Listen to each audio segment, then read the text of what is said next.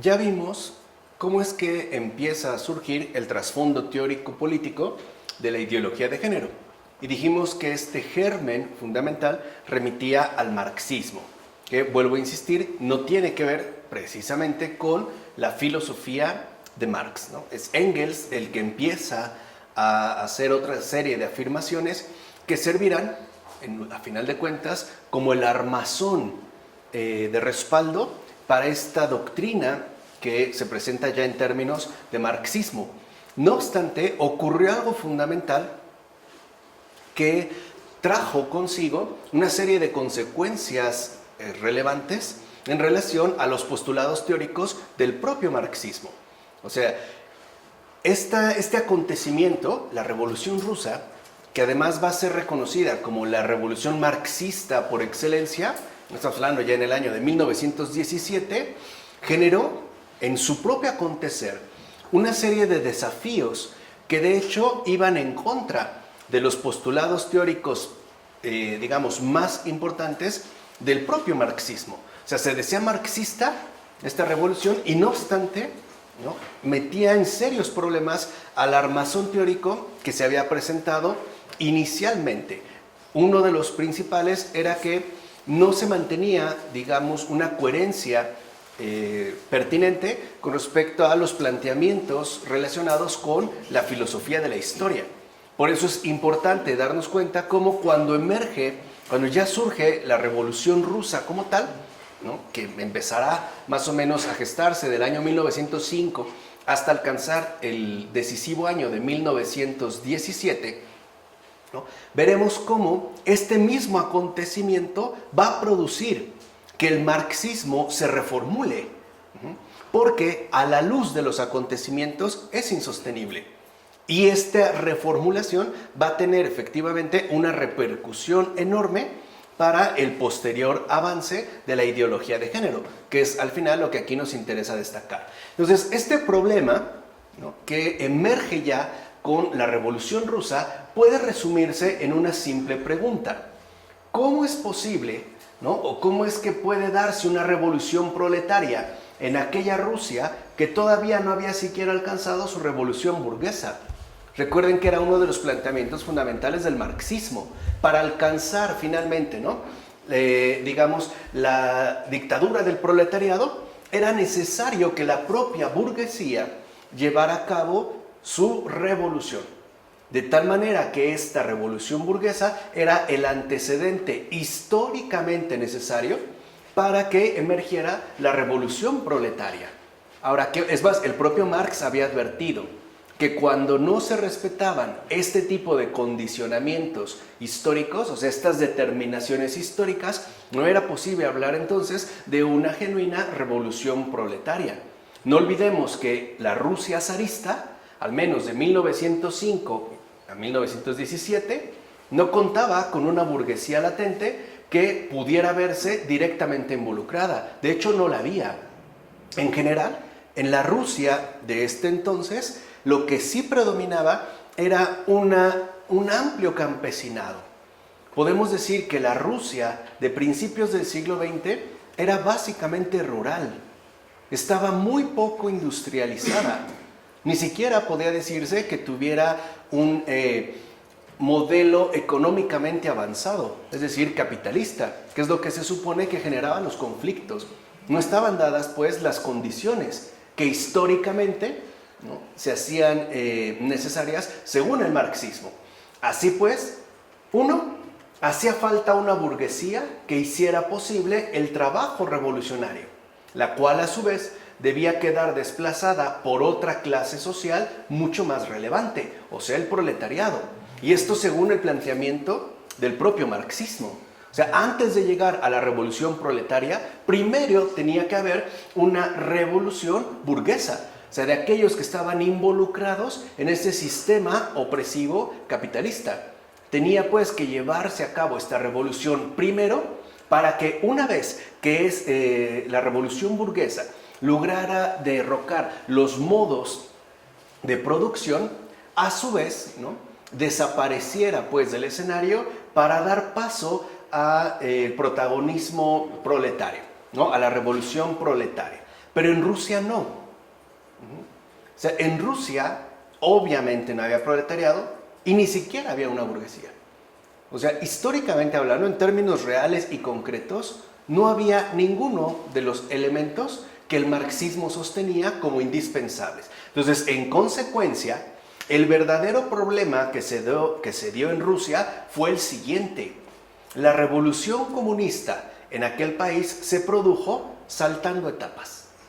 O sea, no se mantuvo fiel, ¿no?, a los postulados teóricos del propio marxismo, sino que se tuvieron que saltar etapas, lo cual ya ponía en jaque a, digamos, la doctrina, ¿no?, oficial marxista hasta este momento. Por eso, en principio, lo que podemos decir es que esta revolución rusa fue un caos. Aunque muchos, ¿no?, y lo podemos saber ya ahorita, debido a la apertura que se ha hecho de los archivos secretos de la KGB, se pueden consultar las obras de Vitaly Shentalinsky, muchos se adhirieron por un cierto fervor, la mayoría quedó profundamente decepcionado. Es más, yo les recomiendo que lean un librito muy pequeño de ese escritor ruso llamado Iván Bunin, que lo titula Días Malditos. O sea, él es un gran escritor y ni siquiera escribe una novela, es una suerte de diario, captando, ¿no?, la atmósfera que estaba presente en el momento mismo en el que ya se estaba implementando la revolución comunista en Rusia, o sea, en 1917. Y vean el término que utiliza, días malditos.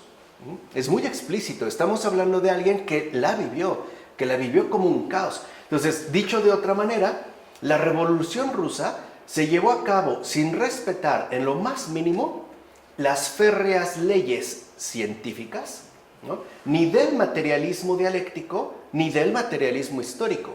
O sea, en ningún momento la revolución rusa se llevó a cabo según las exigencias que había planteado tanto el materialismo dialéctico como el materialismo histórico. De hecho, puede decirse que Rusia pasó de una situación más bien feudal, o sea, en gran medida rural, a una suerte de socialismo que a final de cuentas no había contado con la precedencia fundamental, según Marx, de la revolución burguesa. Ese es, ¿no?, lo que habíamos mencionado hace un momento. En tanto, esta revolución rusa parece irse dando en base a brincarse etapas o no tomarse en serio la propia realidad histórica que le corresponde. Bueno, no olvidemos que Marx y Engels habían establecido seriamente la necesidad de un orden progresivo en el proceso revolucionario. Recuerden que, por ejemplo, Engels, ¿no?, que es como gran fanático del modelo científico, considera que el proyecto revolucionario marxista tiene que darse según las exigencias propias de las leyes científicas. Si no, el experimento no resulta. Hay pues que apegarse a las determinaciones establecidas por el mismo proceso revolucionario. Entonces, tenían pues, por así decirlo, una firme concepción etapista de la historia, que es, en definitiva, lo único que podía garantizar el rotundo éxito de la revolución proletaria. O sea, si esto, ¿no?, si esta concepción de la historia por etapas, progresiva, etcétera, no se respetaba, entonces no se iba a dar de ninguna manera un auténtico proceso revolucionario. Rusia, entonces, no estaba en condiciones. Es más, no obstante, ¿no?, lo que ya podemos decir es que la revolución que se dio en la Rusia de 1905, que es como la primera etapa, pues, ¿no?, en términos de una movilización de campesinos y trabajadores contra el régimen zarista, que es como el primer movimiento que se realiza, ¿no?, con vistas a este proceso revolucionario de mayor envergadura, esta movilización, básicamente les digo, de campesinos, trabajadores rurales en gran medida, contra el régimen zarista dominante, ¿no?, lo que estaba más bien ilustrando con toda claridad era un tremendo desajuste. O sea, desde el principio algo no encajaba en Rusia. Ya se estaba exponiendo precisamente un tremendo desajuste, a saber, el desajuste de las etapas de la historia. O sea, en Rusia, digamos, prevalecía la ausencia del proceso mismo que conducía a la revolución y que además, ¿no?, fueran precisamente estas etapas predichas por Marx. O sea, había un orden, pues. Las cosas no se podían dar así porque sí. Había, pues, ¿no?, que tomar en cuenta todo este proceso necesario que exigía la revolución proletaria. Pero en Rusia no había absolutamente nada de eso. O sea, Rusia no estaba en condiciones. No estaba en condiciones. No obstante, se quiso implementar. Y por tanto, el desajuste de las tareas históricas que cada clase social debía asumir, ¿no?, según las leyes de tipo sociológico que fueran inventadas por Marx y Engels, por ejemplo, en términos de proletariado, burguesía, etcétera, con anterioridad, tampoco estaban dadas. Tampoco estaban dadas. Pues bien, frente a este grave problema, porque digamos que la Revolución Rusa no está respetando el programa revolucionario dado por el marxismo, como no lo está respetando, entonces hubo en la propia Rusia una suerte de división.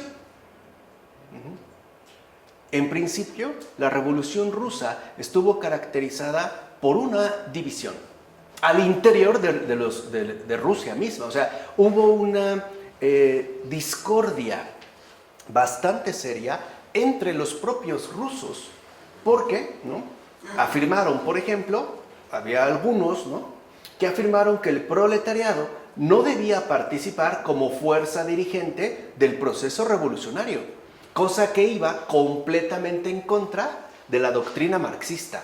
A estos les llamaron los mencheviques. Ahorita les voy a decir qué significa en ruso.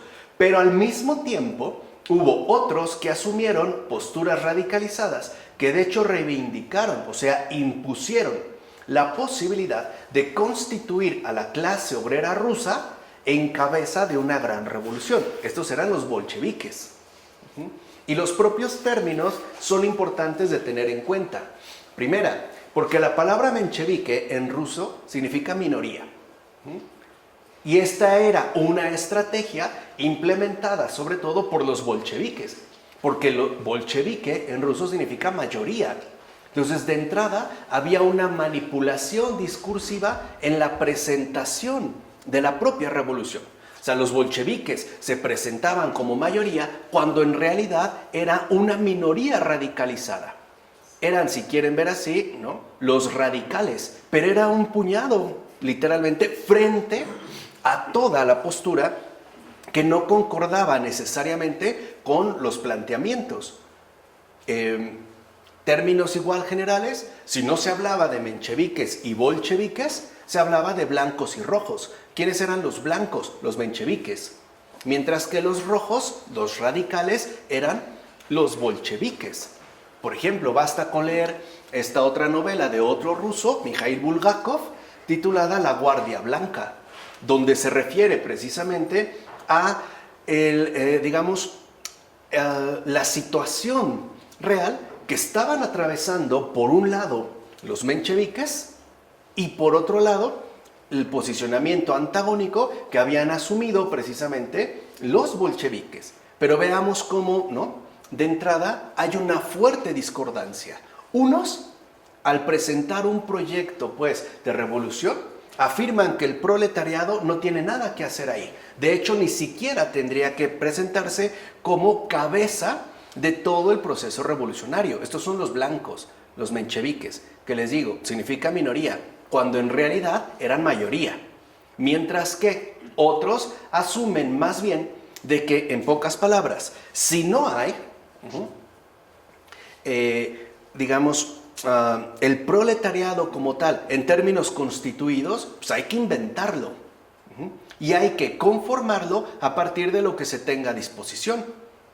En este caso, la clase obrera, que, como les digo, de obrera en cuanto tal, pues no tenía mucho, porque las condiciones reales, históricamente reales, que estaban dadas en esos momentos en aquel país, es decir, en Rusia, no permitían, ¿no?, el surgimiento ya de una clase obrera como tal plenamente definida.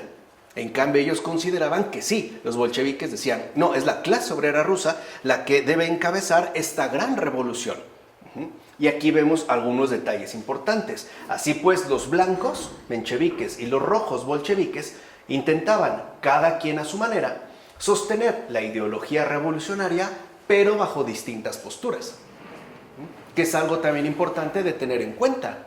Ambos, pues, reconocían que algo no andaba bien en Rusia, pero además en Rusia las cosas no andaban bien, no según el modelo explicativo del marxismo, sino por una situación completamente distinta, que tenía que ver en gran medida con el auge, ¿no?, del zarismo a lo largo de muchos siglos, pero no encajaba, pues, con el planteamiento teórico que el marxismo había establecido. Años después, por ejemplo, Antonio Gramsci, célebre filósofo italiano marxista de la primera mitad del siglo XX, va a decir, no sin ironía, que El Capital de Marx era en Rusia el libro de los burgueses más que de los proletarios. En su libro, La Revolución contra el Capital. Y en esto Gramsci tenía razón. ¿Quiénes encabezaron la revolución en Rusia? ¿Los obreros? No, los intelectuales.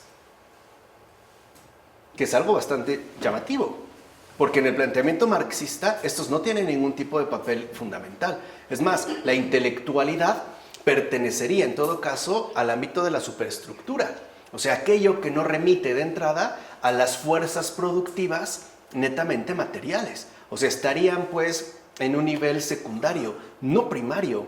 En Rusia, ¿no?, curiosamente, los que se propusieron, en tanto bolcheviques, llevar a cabo la revolución proletaria ahí, eran básicamente los burgueses. O sea, personas que en principio eran pues, más o menos adineradas, que tenían una posición social más o menos acomodada. Y los proletarios, que ni existían, o sea, entiéndase, la clase obrera, sobre todo los campesinos, no estaban interesados en aquello que se les estaba ofreciendo. Por eso los bolcheviques consideraban que la clase obrera tenía que ser obligada a encabezar la revolución. O sea, en pocas palabras, para los bolcheviques lo importante era que la clase obrera, ¿no?, se pusiera a luchar por algo que además ni siquiera tenía muy claro. Por decirlo así, mientras y eso es algo muy del marxismo, mientras los trabajadores tenían efectivamente dificultades y quejas muy específicas, los otros querían movilizarlos para propósitos que ellos ni siquiera concebían. Para ellos, pues, la revolución se tenía que hacer a fuerza.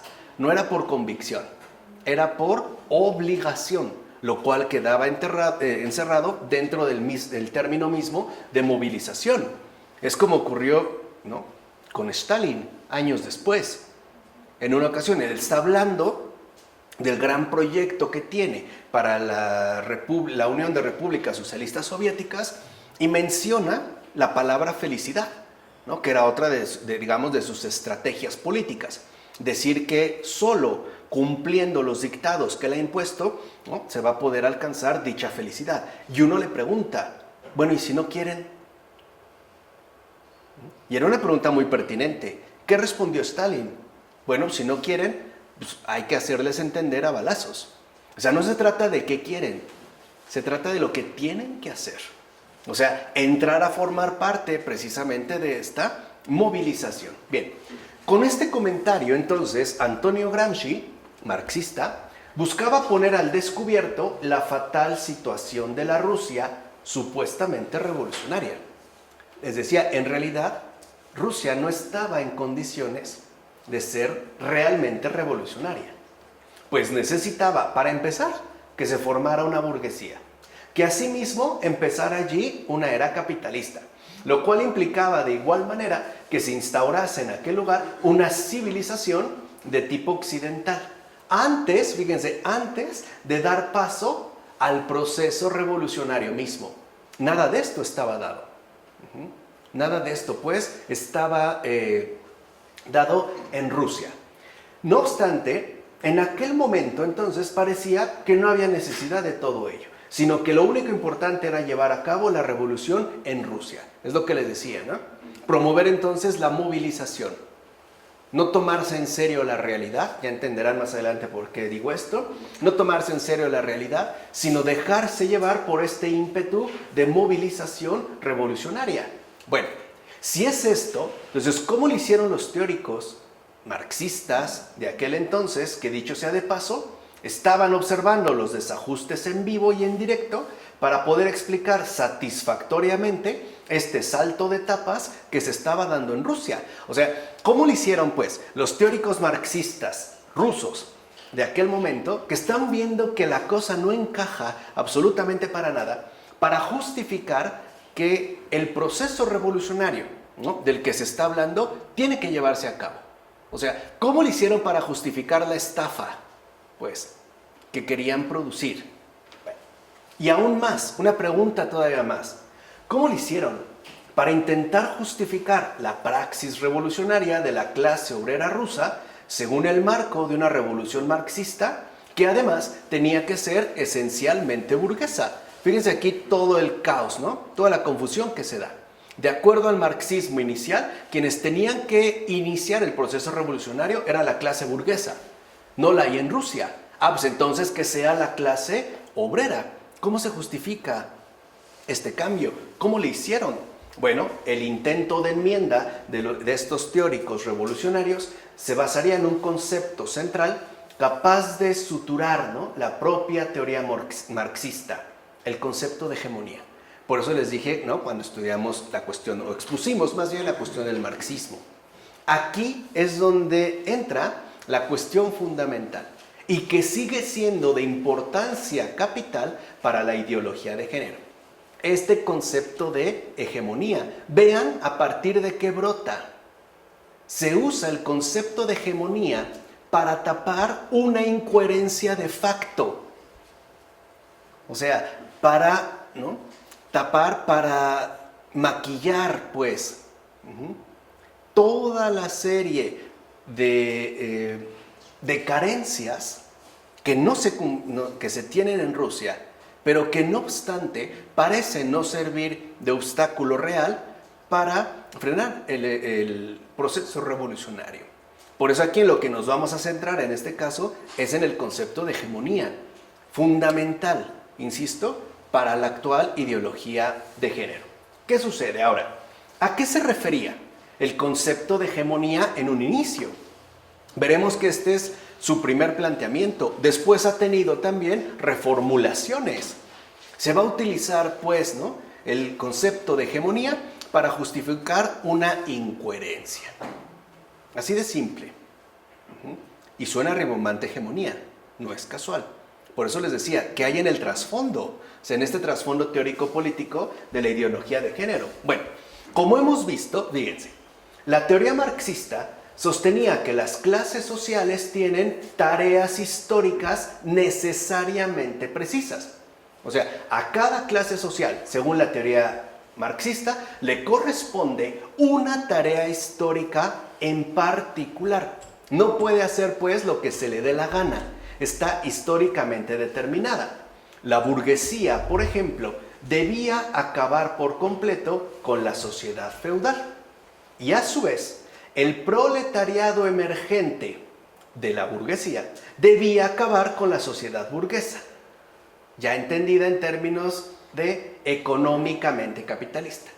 O sea, cuando se habla en la teoría marxista, ¿no?, de la clase burguesa, se está hablando de esta clase económicamente capitalista, pero que juega un papel dentro del proceso revolucionario, al menos en principio, ¿vale? Pero cada una, pues, tiene su lugar.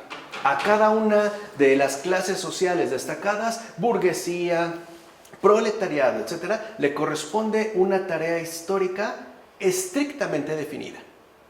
Ahí hay, pues, ¿no?, una especie de determinación histórica inalterable. Es lo que le daría coherencia al proceso revolucionario. Bueno, pues bien, el concepto de hegemonía va a ser utilizado en principio, en primer lugar, por el teórico marxista Plejánov.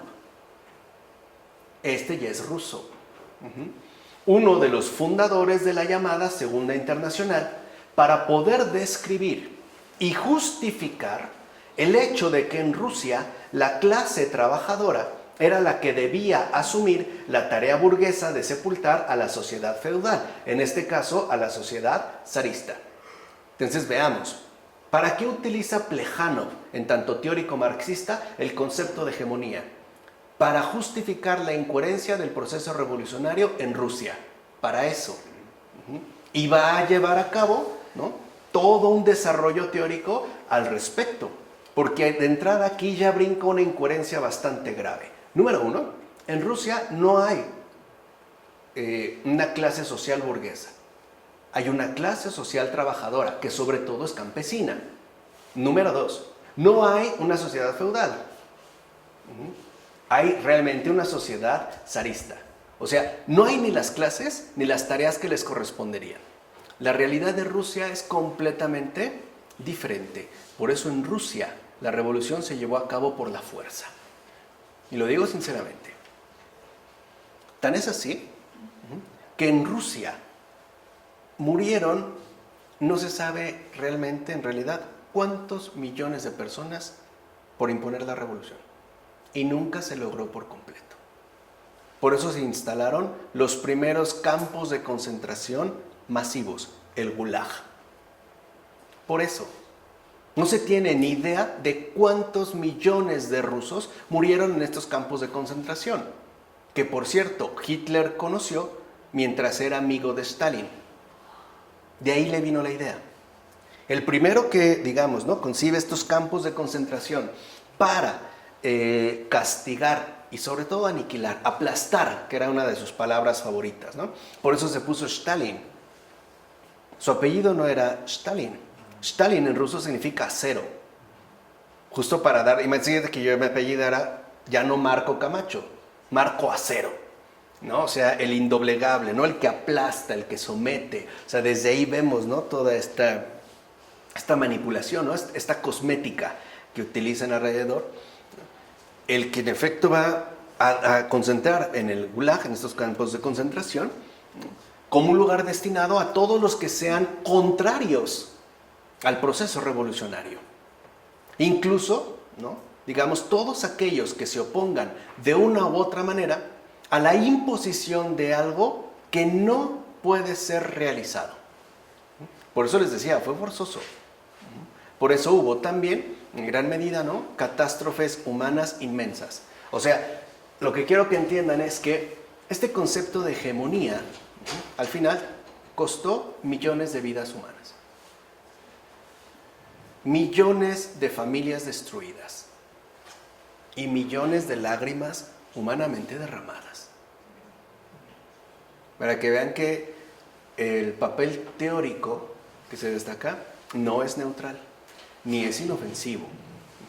Siempre tendrá una repercusión, ¿no?, concreta en los seres humanos. Bueno, entonces, era claro pues que, para empezar, número uno, el desarrollo económico ruso no era históricamente adecuado, según el propio marxismo. Ni siquiera estaba, digamos, el desarrollo económico en Rusia ya en un modelo capitalista. Ya por no decir avanzado, que es justo lo que sostiene el marxismo. Ni siquiera había, pues, capitalismo. O bien, por decirlo de forma diferente, la situación socialmente real de aquella Rusia no daba lugar a una burguesía que pudiera hacerse cargo de sus obligaciones históricamente precisas. En concreto, hacer la revolución contra el feudalismo zarista. O sea, no hay verdaderamente un actor protagónico en Rusia. No lo hay. Así pues, la clase obrera rusa era la que debía hegemonizar el proceso revolucionario. Ese fue, digamos, el planteamiento fundamental que hiciera Plejánov. Porque, entiéndase, en la teoría de Plejánov, hegemonizar significa en concreto lo siguiente. O sea, en Plejánov, hegemonizar, ¿qué es lo que él va a hablar? En lugar de decir abiertamente, imponer a la fuerza, etcétera, va a hablar de hegemonizar. Significa en concreto lo siguiente. Asumir tareas sociales que históricamente hablando no corresponden con la naturaleza de la clase social asignada en las tareas revolucionarias. Dicho brevemente, no hay una clase social para la tarea revolucionaria en Rusia. Bueno, pues vamos a imponer otra, vamos a hegemonizar, vamos a obligar, vamos a imponer. Ese es el término que va a utilizar este teórico marxista, hegemonizar. O sea, vamos a dar literalmente gato por liebre. No hay burguesía, pues vamos a aventar a la clase trabajadora rusa. Para eso va a emplear el término hegemonizar. Ese es el significado preciso que tiene esta palabra en los planteamientos de Plejánov. En consecuencia, en vez de burguesía, tenía que darse en Rusia una revolución contra el capitalismo burgués, pero a través del protagonismo de la clase obrera, no de la propia burguesía. Se está hegemonizar, es poner las cosas ad hoc, según justamente la conveniencia. Así pues, el concepto de hegemonía desplegado por Plejánov no es otra cosa sino el nombre otorgado a un hecho histórico más bien excepcional. O sea, no es otra cosa más que el nombre empleado para una vil mentira, para una irrealidad. Y es la asunción de una tarea revolucionaria que a final de cuentas no corresponde a la clase social asignada. No hay ni clase social revolucionaria, ni tarea revolucionaria que quede relacionada con esta supuesta clase social. Hay pues que sustituirla. Pero a lo mejor se oye muy feo, ¿no? Hay que inventarla e imponerla. Pues bueno, para que no se oiga tan feo, mejor vamos a decir hegemonizar. Hay que hegemonizar. A final de cuentas, el determinismo histórico planteado por Marx ya no había sido conservado. Era insostenible. No se conservó. En efecto, en el caso ruso, la tarea, veamos, esquema, grandes rasgos, la tarea revolucionaria quedó en manos de una clase obrera, no burguesa, que debía terminar con un régimen más o menos feudal, es decir, no capitalista. No tenía nada que ver la realidad rusa con el modelo marxista. Entonces, esto significa que aquellas etapas históricas y por demás necesarias que habían sido predichas por el marxismo, en tanto fórmula infalible que conduciría al éxito de la revolución proletaria, ni se mantuvieron ni respetaron, por la simple y sencilla razón de que no existían, no estaban dadas.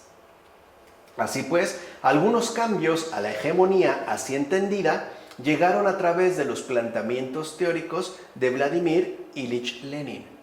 El primero que habla de hegemonizar, o sea, maquillar, ¿no?, la situación, fue Plejánov. Y el segundo, el que va a basarse de lleno en este concepto de hegemonía, va a ser Lenin, quien, por cierto, ya una vez que accedió como líder del grupo bolchevique, ¿no?, a tratar de imponer la revolución proletaria, una de las primeras cosas que dijo literalmente fue que hay que exterminar a toda esa mierda de intelectuales que no sirven pero para nada. Ese era el objetivo, dicho con sus propias palabras. Bueno, lo que Lenin sostuvo entonces fue lo siguiente. Fíjense, cómo en Plejánov hegemonizar es disimular una carencia históricamente concreta. Hacer pasar algo falso como si fuera por verdadero. Hegemonizar en Plejánov no es otra cosa más que el nombre dado a un fraude, a una inconsistencia plena. El primero es Plejánov, y el que le sigue, todavía peor, es Lenin, en esta misma línea de engaño. Porque lo que Lenin va a sostener es lo siguiente: que la revolución rusa debía, desde sus orígenes, plantear y sostener una lucha contra la burguesía de aquel país a través de una alianza establecida entre la clase obrera y el campesinado. O sea que Lenin ahora ya utiliza la hegemonía como una estrategia de reclutamiento. En pocas palabras, ¿hacia dónde está apuntando eso? Claro, como no tenemos bases reales, históricas, concretas, en la cual poder justificar la revolución que queremos llevar a cabo en Rusia, pues tenemos que inventarla completamente. De tal manera que entonces dijimos, en Plejánov, ¿no?, hegemonizar es encubrir una carencia total. En Lenin, esta carencia tiene que ser subsanada.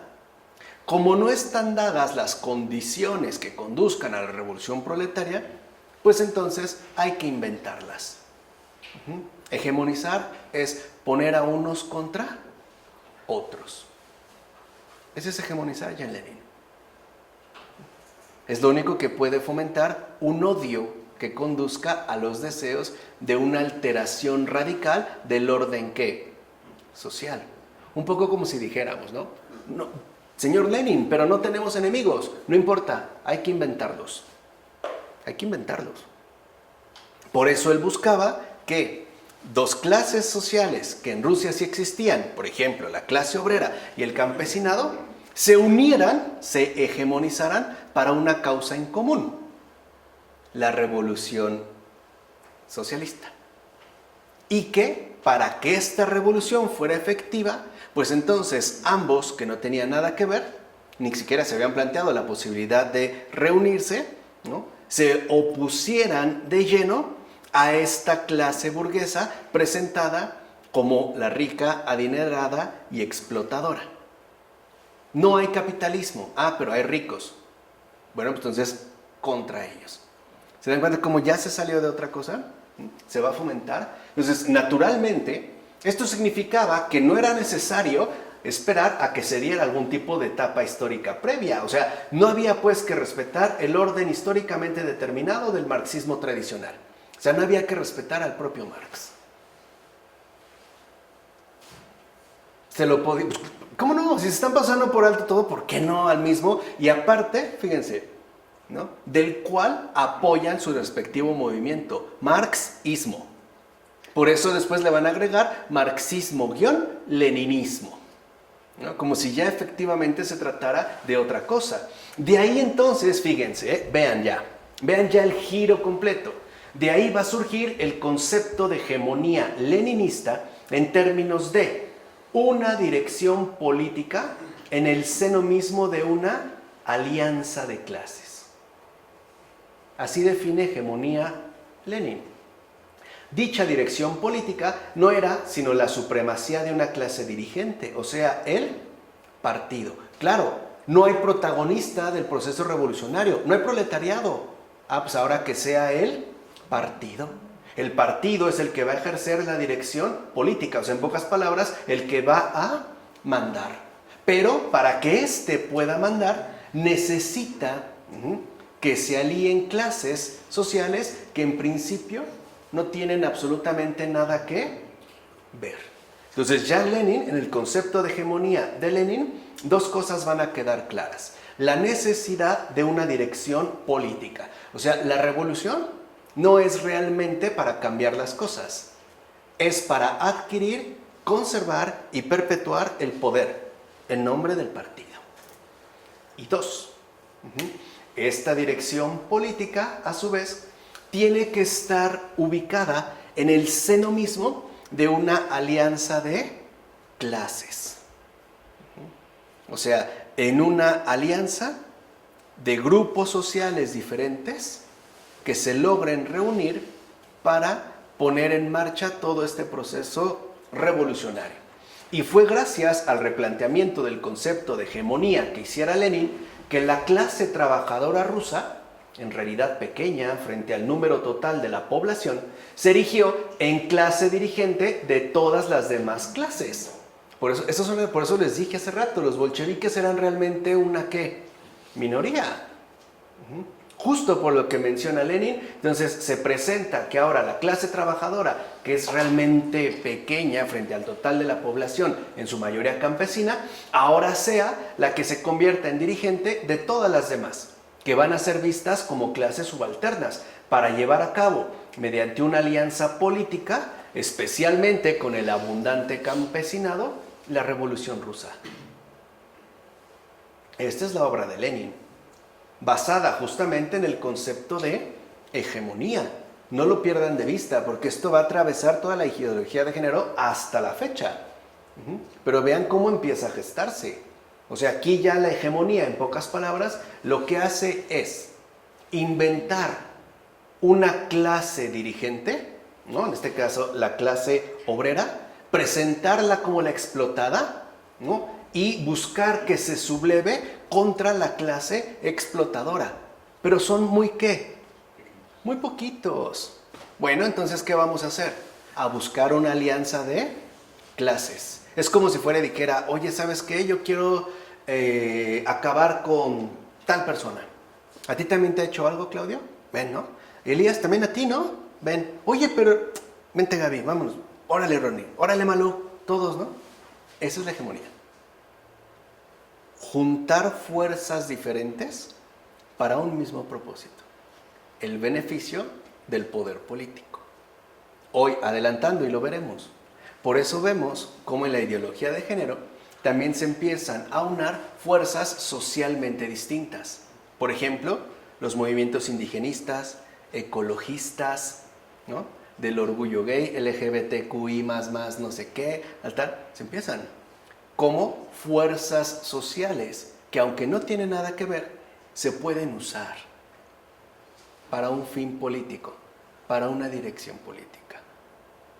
¿Se entiende? Son poquitos. Bueno, eso es lo que hace Lenin. Bueno, ciertamente, esta alianza no modificará la identidad de cada una de las clases históricamente aliadas para llevar a cabo la Revolución Rusa. O sea, los campesinos seguirán siendo finalmente campesinos, ¿no? La clase obrera seguirá siendo clase obrera. Eso no va a cambiar. De hecho, el propio Lenin enunciará una de sus principales máximas en los siguientes términos. Fíjense, ahí se resume la hegemonía. Golpear juntos, marchar separados. ¿No es lo que vemos en muchas de las manifestaciones actuales? Unos van a protestar por algo y no entran otros grupos con fines y propósitos diferentes, pero eso sí, se juntan ¿para qué? Para golpear. Esta expresión del propio Lenin es lo que resume de manera clara, y me atrevo a decir exacta, su concepto de hegemonía. Esa es la hegemonía, golpear juntos y marchar ¿qué? Separados. Por eso ahora se busca lo que les decía, ¿no? La hegemonía en términos de buscar alianzas estratégicamente políticas para atacar el orden establecido, de tal manera que las inconformidades sociales, ¿no?, sean como un puño macizo que solo se juntan para destruir, para quebrantar. Pero sus causas son completamente ¿qué? Distintas. Golpear juntos, marchar separados. Tú ves, ¿no? El movimiento tal, y otros aprovechan para acá, y la injusticia y no sé qué, golpean juntos, pero al final cada quien se va ¿qué? Por su lado. En pocas palabras, hegemonía significa, ya en Lenin, establecer alianzas de causas diferentes con un propósito único: derribar el orden establecido. Pero como es una minoría, se tienen ahora que, ¿no?, hacer acompañar de otros participantes. ¿Se entiende? O sea, se tienen pues, ¿no?, que hacer como un movimiento todavía más masificado. A partir de aquí, entonces, la revolución cambió por completo. Porque en realidad la hegemonía en Lenin significa hacer una alianza estratégicamente política de enemistades. Es una movilización total al interior de la misma ¿qué? Sociedad. Que es lo que actualmente estamos viendo. Yo les decía, ¿no?, bajo el manto incuestionable de las cuestiones sociales. Pues, ¿quién se va a oponer?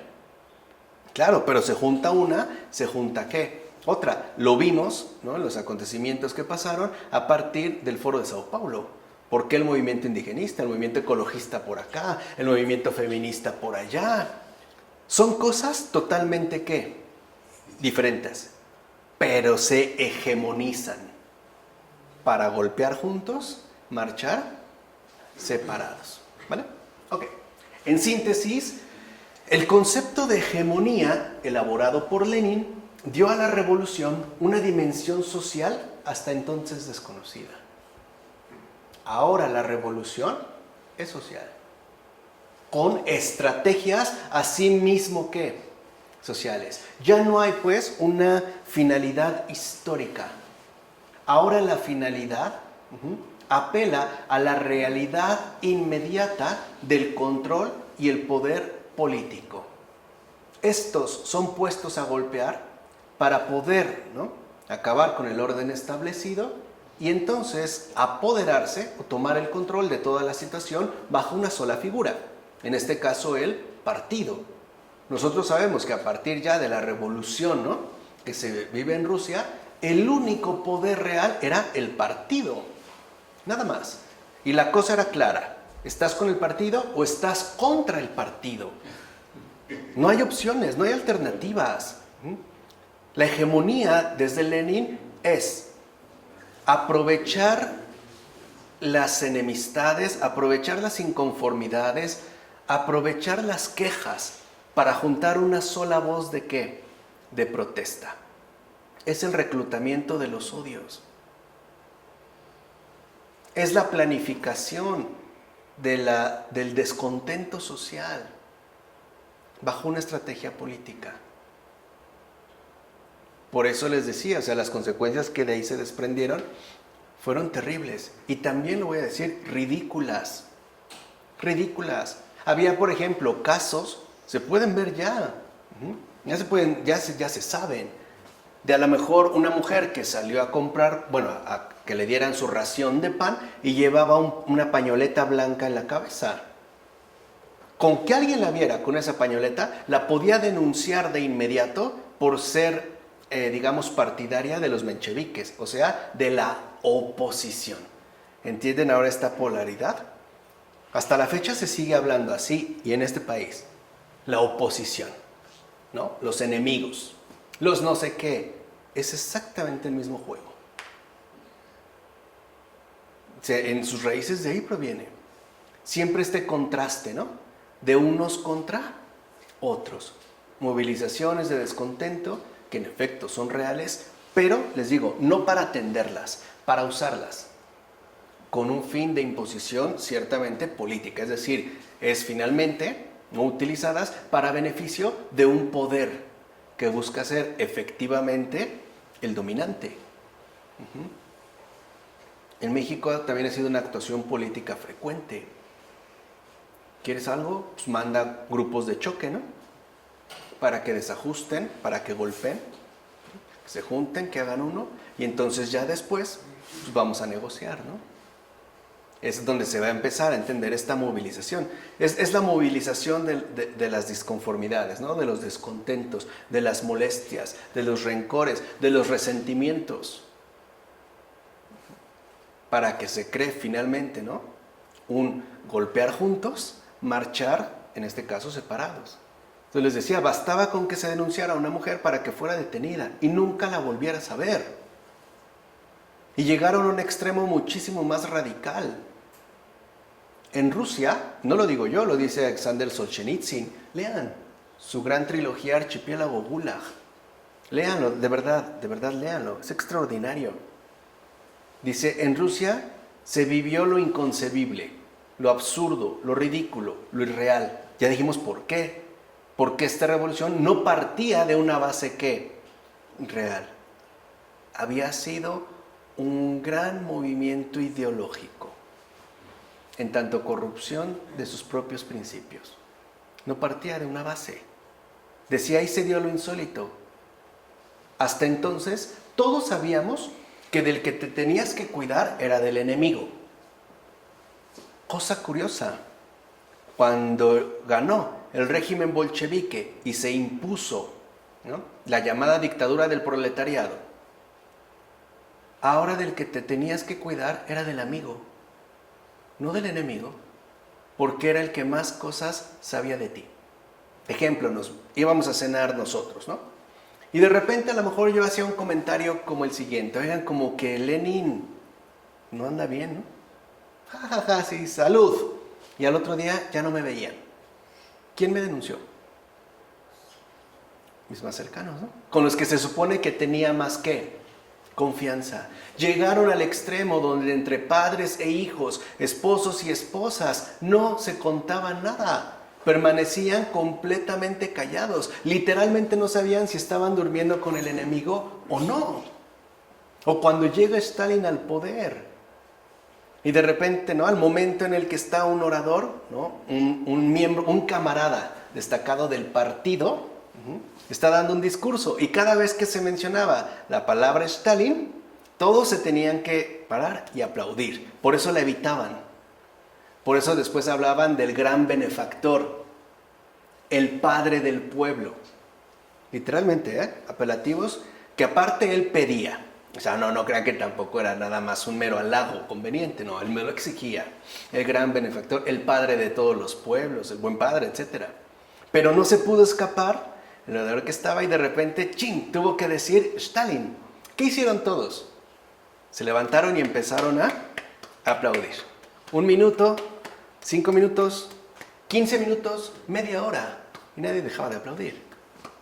Hasta que a los 45 minutos, el orador se le hizo fácil decir ya. Y todos de inmediato ¡fum!, dejaron de aplaudir y se sentaron, felices,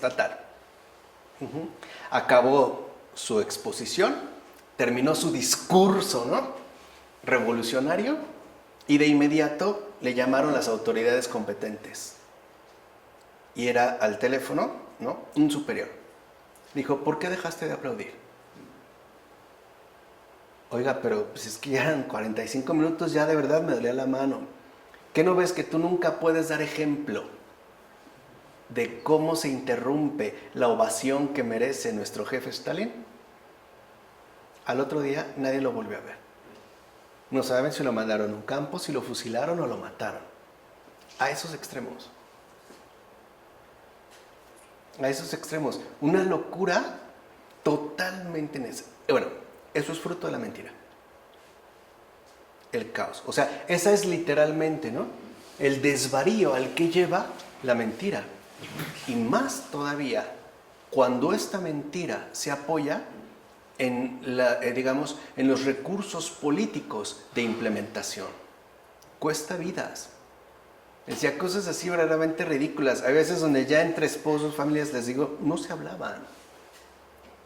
Ya no había confianza. Divide y vencerás. Aquí el principio es distinto. Une y vencerás. Pero eso sí, que sean de causas distintas. Hay que ponerlos, ¿no? Hay que solamente juntarlos como si todos juntáramos el puño para poder tirar una puerta. Porque uno solo no lo va a, ¿qué?, a lograr, ¿no? Es como la recolección de todas las inconformidades sociales, manejado con un propósito político. Bueno, a partir de aquí, ¿no?, a partir de entonces, grupos de muy diversa índole se unirán para llevar a cabo un drástico cambio en todo el ámbito social. Fíjense cómo cambió. Ahora, por revolución, se entiende un drástico cambio en todo el ámbito social. Ya estamos hablando con Lenin. Digamos, el marxismo oficial. O sea, el marxismo doctrinalmente establecido, ¿no? Un drástico cambio en todo el ámbito social. ¿Cuál va a ser la herramienta empleada? La hegemonía, la estrategia hegemónica. Estos grupos se unirán tácticamente solo para golpear, no para quedar fundidos en una misma línea de identidad que compartida. LGBTQI+, etc. Están juntos, pero no confundidos. Ni siquiera tienen una identidad compartida. Cada uno se define, por ejemplo, en base a la denominación que le corresponde. O sea, la identidad que quiere sostener. Pero de fondo dicen, ok, ¿no?, vamos en la misma bandera. Pero realmente no somos, ¿qué?, lo mismo. Es justo como se busca entonces, ¿no?, esta aleación de elementos sociales para generar un drástico cambio en todo el ámbito social, en todo. Ahora pues, ¿no?, el objetivo ya del marxismo es emplear fuerzas socialmente antagónicas para un mismo propósito. Y el propósito es un drástico cambio en todo el ámbito social que a final de cuentas quede en manos de un solo poder. En Rusia se llamó el partido. Actualmente se le llama el nuevo orden mundial.